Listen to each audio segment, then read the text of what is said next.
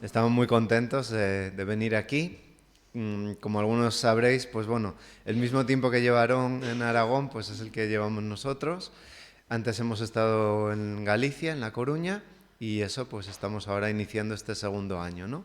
Y bueno, pues después de este tiempo, pues felices y contentos también de poder visitar y conocer esta iglesia aquí en Huesca. Y bueno, pues la verdad que nos sentimos muy bien, muy a gusto, muy bien acogidos. Estamos disfrutando mucho con vosotros este sábado.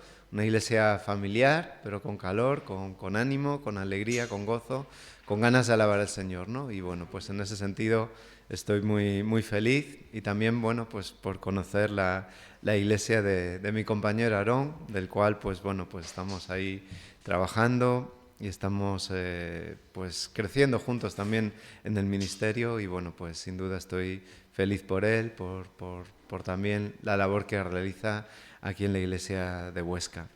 Y bueno, pues en esta mañana me gustaría compartir con vosotros un mensaje que vais a ver que tiene que ver tanto con el himno que hemos comenzado cantando al principio, como también con el que terminaremos al final. Y en primer lugar, pues introduciendo el tema, quisiera que reflexionásemos pues de qué manera en el pueblo de Israel existía un centro especial de adoración. Y ese centro, pues bueno, cuando pensamos ya en la nación establecida en Jerusalén, pues sabemos que es el templo, ¿no? Pero antes de eso, el templo, ¿recordáis cómo se llamaba? Era el tabernáculo, ¿no? Cuando estaba el pueblo de Israel todavía en el desierto, en camino hacia la tierra prometida. Y el tabernáculo, pues también para el campamento de Israel, era el centro de adoración. Pero no solo el centro de adoración expresado como el lugar más importante de adoración, sino que realmente se encontraba en el centro del campamento. De tal manera que cuando el pueblo de Israel ponía sus tiendas en un determinado lugar, lo primero que se establecía era el tabernáculo, el lugar donde Dios había establecido que se encontraría con su pueblo. Y alrededor del tabernáculo, pues se ponían todas las diferentes tiendas, ¿no? De tal manera que 3 tribus estaban en un lado, 3 en otro, 3 en otro, 3 en otro, ¿no? Las 12 tribus alrededor del santuario, del templo, del tabernáculo. Todavía no estaba el templo establecido, pero teniendo como centro no solo de la vida espiritual, sino centro verdaderamente físico, ¿no? De tal manera que, fijaos, ¿no? Al abrir la tienda, pues lo que se encontraban era con ese lugar especial que el Señor había establecido para encontrarse con su pueblo. El Señor mandó a Moisés construir este lugar precisamente porque quería habitar en medio de ellos, quería acercarse a ellos.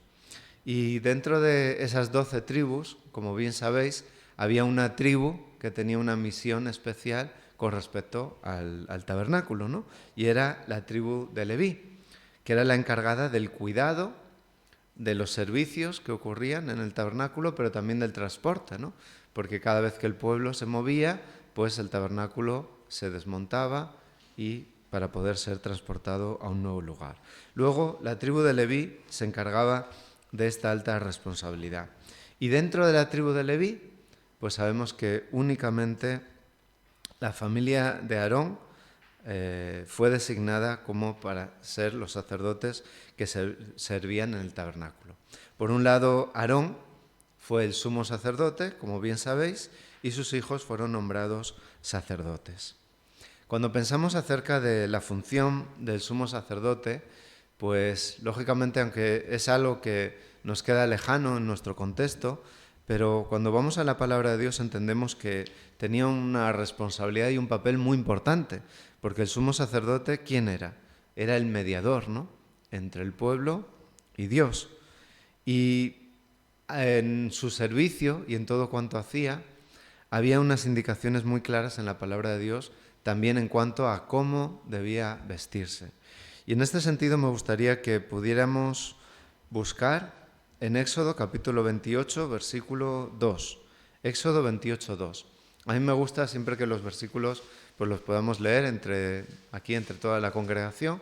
No sé si aquí hay costumbre o si se leen desde aquí por el tema de las personas que nos acompañan, del micrófono. ¿Cómo lo soléis hacer? ¿Leéis también Sí, vale, pues lo hacemos así. Así siempre, cuanto más participativo, siempre mejor. Vamos a leer en Éxodo 28, 2. Si alguien lo tiene, que nos lo pueda leer. Hará vestiduras sagradas a Aarón, tu hermano, que le den honra y hermosura. Muchas gracias. Ese versículo tan sencillo, pero tan significativo y profundo. Y ahora reflexionaremos en él, ¿no? Fijaos que hay un mandato de Dios, ¿no? Y dice, hay que hacerle vestiduras sagradas a Aarón, tu hermano, para honra y hermosura. Es decir, aquel que estaba actuando como mediador entre Dios y el pueblo, no se presentaba de cualquier manera o siguiendo sus propios criterios o su manera de vestirse o de ver las cosas, sino que debía seguir también el propósito que Dios tenía para él. Y ese era ni más ni menos que vistiese una ropa calificada como sagrada, ¿no? Todo lo sagrado en la Biblia, ahora profundizaremos en ello, en la palabra de Dios tiene que ver con lo que es apartado y dedicado al Señor, ¿no? Entonces dice que esas vestiduras eran calificadas como sagradas, ¿no? Para honra y hermosura. Y ahora en este punto pues me gustaría pedir desde Megafonía que pudieran poner una diapositiva en la cual meditaremos ahora en este momento. Una diapositiva que nos muestra un poco en detalle todos esos elementos que pues podéis leer de manera más detallada en lo que es en vuestras Biblias, ¿no? Pero como podéis ver, comenzando desde abajo hacia arriba, pues vemos esos elementos, ¿no? Esto es una recreación, lógicamente, esta imagen, porque no tenemos actualmente pues estas vestiduras, pero comenzando por abajo, pues vemos que la base principal de esas vestiduras era la túnica de lino, como aparece en el versículo 39. Luego vemos que en el manto del efod, del versículo 31, que era de color azul, pues estaba terminado con una orla de campanillas de oro y de granadas azules, púrpura y carmesí. Esto lo vemos en los versículos 33, ¿no? Luego, subiendo un poquito más arriba, tenemos el efod y el cinto, que tenían esos colores y materiales, oro, azul, púrpura, carmesí y lino torcido, lo vemos en los versículos 6 y 8, y sobre el efod y sobre el cinto estaba colocado el pectoral del juicio, ¿no? Con 12 piedras preciosas, cada una de las cuales representaba a esas 12 tribus de Israel. Esto lo vemos detallado en los versículos del 15 al 21, ¿no? Ese pectoral pues estaba unido a las piedras de ónice que estaban en las hombreras mediante una cadena. Entonces vemos ahí esa cadena que unía el pectoral con las piedras de ónice sobre el hombro. Y luego, por último, ya en el atuendo superior, pues lo que vemos es que el sumo sacerdote tenía una mitra sobre la cabeza, que es algo parecido a un turbante, sobre la cabeza, esa mitra que vemos en el versículo 39, y sobre la mitra tenía una lámina de oro en la que aparecían esas palabras: santidad al Señor. Y vamos a leer en detenimiento precisamente el versículo 36. Y me gustaría que alguien nos leyese Éxodo 28, 36.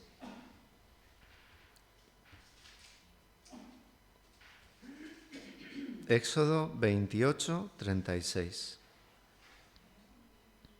Harás además una lámina de oro fino y grabarás en ella como grabadura de ellos, santidad a Jehová. Muchas gracias. En este versículo pues se nos detalla, ¿no?, cómo el sumo sacerdote llevaba esa lámina de oro fina y en ella, en esa lámina de oro fina, había escrita un mensaje fundamental que decía santidad al Señor. Y esto es ni más ni menos porque servir al Señor es un privilegio, sí, pero a la vez también es una responsabilidad. Y por eso Dios ordenó que el sumo sacerdote llevara en su frente esas palabras: santidad al Señor, escritas sobre una lámina de oro. Fijaos que la colocación de donde estaba la lámina no estaba al azar, estaba en un lugar alto, a la altura de los ojos, era la parte más sobresaliente de su atuendo, y pues sin duda era aquella que podían contemplar las personas que estaban frente a él, ¿no? Se colocaba sobre la mitra, como hemos visto, ese turbante hecho de lino fino, y precisamente por estar en esa posición de la frente, a la altura de los ojos, estaba transmitiendo una información clave a todas las personas que lo veían. Servía para informar al pueblo de aquello que Dios buscaba, de aquello que para Dios era importante. Porque ciertamente, sin la santidad, toda forma de culto está vacía de contenido, no tiene importancia y llega a convertirse en un mero formalismo.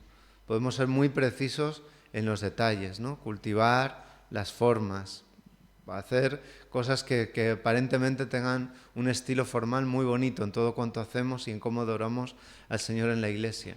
Pero si no tenemos este elemento presente en nuestras vidas, la santidad al Señor, en todo cuanto hacemos, en cómo nos dirigimos a Él, en cómo lo adoramos, pues toda forma de culto finalmente va a estar vacía de contenido, ¿no? Se convertirá finalmente en un mero formalismo. Por eso Dios quería que este mensaje quedara grabado no únicamente en esa lámina de oro, sino lo que quería es que quedase grabado en los corazones de cada creyente. Que cada persona, al leer estas palabras en el sumo sacerdote, pues pudiera entender que todos los que buscan a Dios deben también buscar esa necesaria consagración a Dios. Fijaos que cuando pensamos en Aarón, quién él era y sus características como ser humano, pues nos damos cuenta de que él ciertamente no tuvo la perfección moral requerida para poder servir como mediador entre Dios y el hombre. Él era una persona pecadora, ¿no? Como el resto de su pueblo. Incluso vemos en momentos donde él debía haber ejercido un liderazgo espiritual. En el momento, recordáis, cuando Moisés estaba en el monte y él estaba al cuidado del pueblo, pues tuvo grandes fallas, ¿no? Y él permitió también que el pueblo cayese en idolatría, ¿no? Entonces no tenía la perfección moral requerida para poder servir como mediador entre Dios y el hombre. Por eso Dios dispuso que Aarón, vestido con esas vestiduras que son calificadas como sagradas, especiales, del sumo sacerdote, para que mediante ese elemento él pudiera servir. Porque esas vestiduras, todo lo que había en ellas, ese simbolismo de cada elemento, ¿no? Que no eran elementos hechos al azar, todo tenía una significación y representaba algo muy profundo, pues todo eso eran las virtudes y las características aceptables delante de Dios. Y solo lo que está de acuerdo con esa búsqueda, ¿no? del camino de la santificación, de la perfección, y todo lo que tiene que ver con la ausencia de pecado, es lo que se debe presentar delante de Dios. Y en este sentido me gustaría que pudiéramos buscar un versículo que se encuentra en el Salmo 93, versículo 5. Salmo 93 y versículo 5. Si alguien lo tiene, que nos lo pueda compartir, por favor.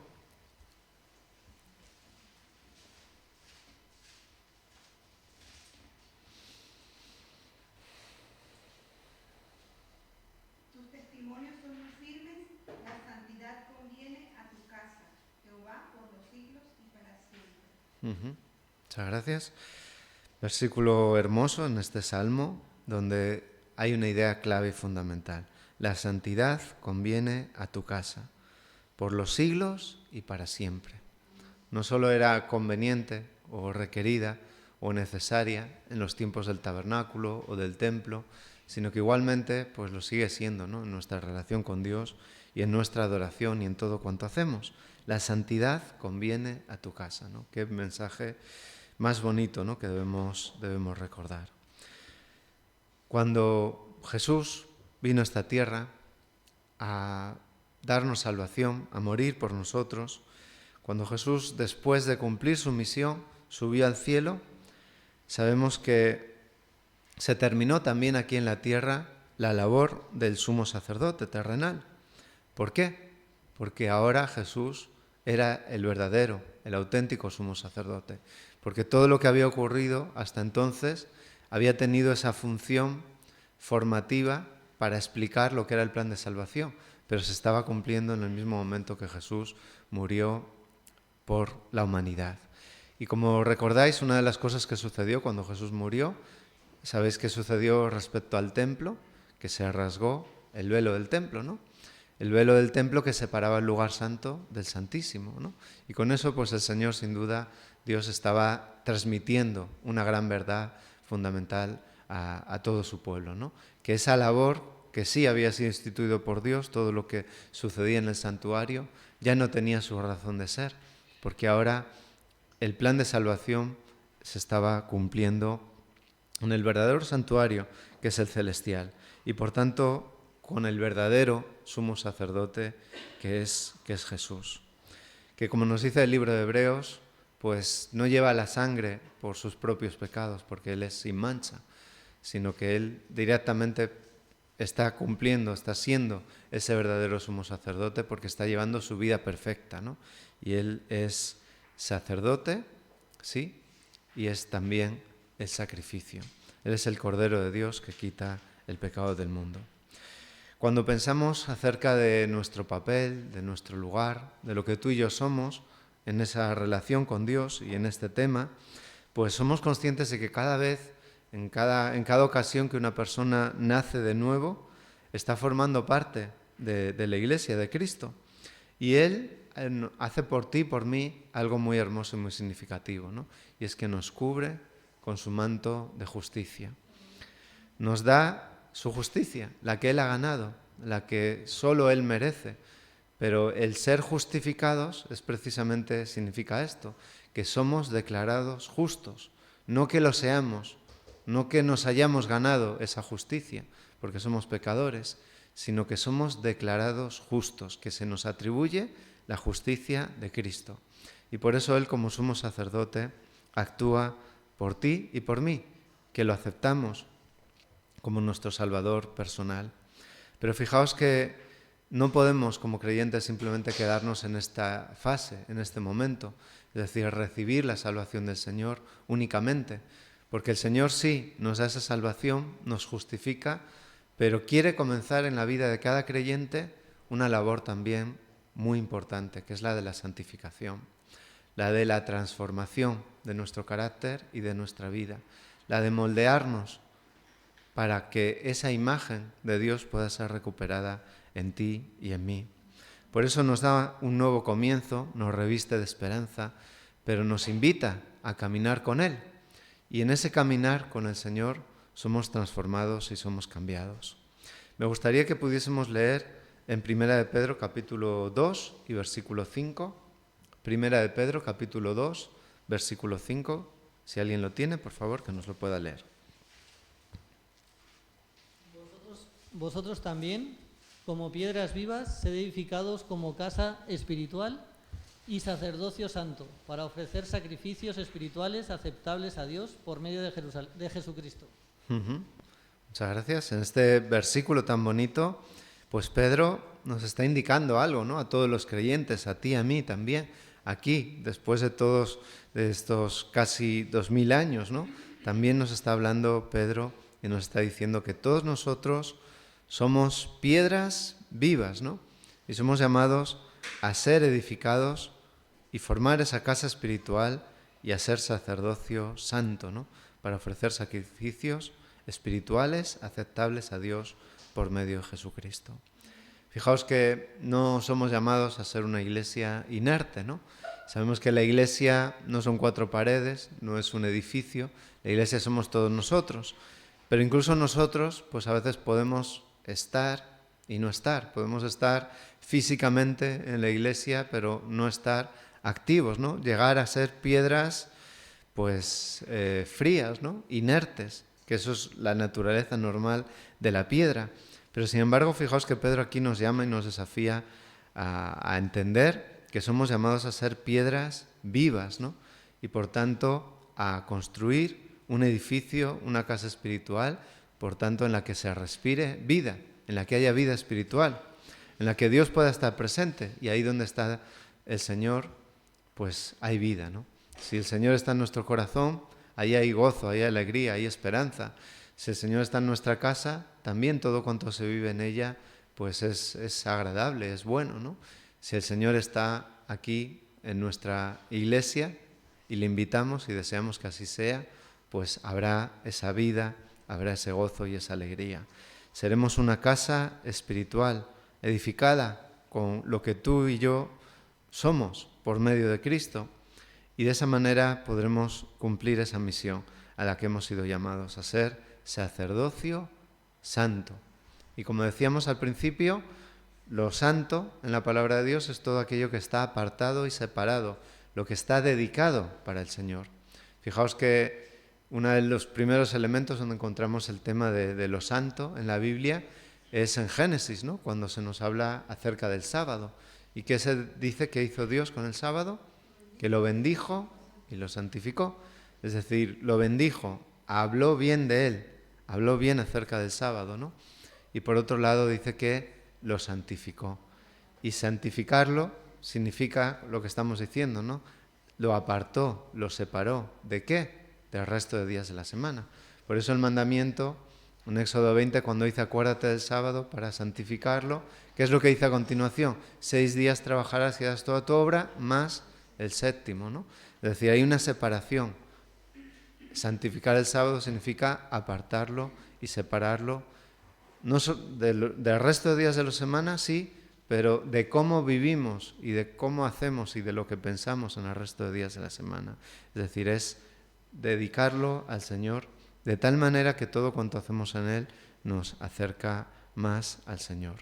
Por eso aquí vemos en este versículo que se nos llama a ser sacerdocio santo, ¿no? Es decir, a dedicar y apartar nuestras vidas al Señor, para que todo cuanto hagamos nos acerque más a Él. Fijaos que, como estábamos viendo, Cristo es nuestro mediador, es nuestro sumo sacerdote, y nosotros somos llamados a ser ese real sacerdocio. Y tenemos indudablemente ese acceso directo con Dios. Fijaos que en el momento del santuario terrenal, pues eran los sacerdotes los que oficiaban, ¿no? La persona no se dirigía directamente a Dios, sino que se relacionaba con Dios a través de los ritos que estaban instituidos en el santuario, ¿no? Pero el Señor ahora, como real sacerdocio, tenemos ese acceso directo a Dios. Y también, por tanto, debemos caracterizarnos por esa santidad, que como decíamos, a la cual el Señor nos llama. Los redimidos, se nos dice en Apocalipsis 26, capítulo 20 y versículo 6 lo siguiente. Dice que serán sacerdotes de Dios y de Cristo y reinarán con Él 1000 años. Fijaos, ¿no? Como esa perspectiva a la cual se nos llama ya a participar, se nos llama, como dice Pedro, a ser real sacerdocio santo, pues en Apocalipsis vemos esa significación que conecta ya con la eternidad, porque nos dice que los redimidos serán sacerdotes de Dios y de Cristo y reinarán con Él 1000 años. Somos llamados a ser esos sacerdotes, ¿no? de Dios, del Dios Santo, ¿no? Y esto es un privilegio y a la vez sin duda también una responsabilidad, como lo suponía para los sacerdotes y para el sumo sacerdote especialmente, que tenían que oficiar y mediar por el pueblo, ¿no? Nosotros también somos llamados a esa alta responsabilidad, a poder vivir de acuerdo a ese mandato, a ese requerimiento, a esa manera de vivir tan hermosa, tan privilegiada, pero también que nos llama a una gran responsabilidad. En 1 de Pedro, capítulo 1, 16, se nos dice, sed santos porque yo soy santo. Es decir, tenemos que andar en ese camino del Señor, que es el camino de la santidad, que es lo que el Señor quiere hacer en nuestra vida. Quiere trabajar en nosotros de tal manera que no vivamos en el conformismo de la situación en la que estamos, sino que nos abramos a la influencia de Dios, a su poder y a su gloria que nos transforma, ¿no? Se nos dice en la palabra de Dios que mirando al Señor a cara descubierta somos transformados de gloria en gloria. Entonces nosotros como cristianos no podemos caer en el conformismo, no podemos pensar que todo está bien en nuestra vida o simplemente fiar nuestra transformación y nuestro cambio a cuando el Señor venga. Y es verdad que cuando el Señor venga seremos transformados y habrá una transformación total y completa en nuestro ser. Pero aquí y ahora el Señor ya quiere empezar a moldearnos. Solo hace falta que se lo permitamos. Lo que quiere hacer el Señor y su poder, eso es algo que está fuera de toda duda, de toda condición. Él tiene el poder y Él quiere hacerlo. Lo que hace falta es que tú y yo abramos nuestro corazón a su influencia. Pero fijaos que en la palabra de Dios se nos llama a recorrer junto con el Señor el camino y andar con aquel que, como se nos dice claramente en la palabra de Dios, es santo, ¿no? Y que se nos indica de manera enfática tanto en Isaías capítulo 6 versículo 3 como en Apocalipsis 4, 8, se nos dice que es el 3 veces santo, santo, santo, santo. Y siempre pues esa repetición enfática pues es precisamente para indicar, ¿no?, el valor, lo supremo, lo magnífico, lo grande, ¿no?, que es el Señor y cómo está caracterizado por la santidad. Me gustaría terminar la meditación de esta mañana con un versículo que se encuentra en Primera de Pedro, capítulo 2 y versículo 9. Está un poquito después del que habíamos leído antes. Primera de Pedro, capítulo 2, 9, donde se nos dice lo siguiente: mas vosotros sois linaje escogido, real sacerdocio, nación santa, pueblo adquirido por Dios, para que anunciéis las virtudes de aquel que os llamó de las tinieblas a su luz admirable. Pues ojalá que esto pueda ser una realidad en tu vida y en mi vida, que si ciertamente reconocemos que el Señor nos ha llamado de las tinieblas a su luz admirable, pues que andemos en la luz, porque ese es el llamado al que el Señor nos ha hecho, ¿no? Que no andemos en las tinieblas, que no andemos a tientas en este mundo con la oscuridad, con ciertamente, ¿no?, las tinieblas que nos rodean en este mundo, que no andemos en las tinieblas, sino no solo que andemos en la luz, sino que anunciemos a aquel que es la luz y aquel que nos ha llamado y nos ha transformado. Que podamos reconocernos como ese linaje escogido, que tú y yo podamos entender que somos llamados a ser real sacerdocio y que como pueblo de Dios, como iglesia aquí en Huesca, hemos sido llamados también a ser una nación santa, porque somos un pueblo, como dice, adquirido por Dios. ¿Adquirido por qué? Por su sangre, por su sacrificio, por su amor, por lo que Él hizo por ti y por mí al venir a esta tierra. Y por tanto no somos nuestros, somos suyos y debemos hacer su voluntad que es sin duda la mejor para nuestras vidas. Ojalá que el Señor nos ayude a que esto pueda ser una realidad y que podamos seguir siendo luz allá donde estamos, en este lugar y en todo ámbito y en todo momento. Que Dios nos ayude y que no olvidemos nunca ese lema, ese mensaje fundamental que el Señor quería grabar en su pueblo: santidad al Señor. Que todo cuanto hagamos exprese esa seguridad, esa convicción, que todo cuanto hacemos es para buscar y para dirigir nuestra vida a aquel que merece toda la honra y toda la gloria, el que es santo. Amén. Que el Señor nos bendiga.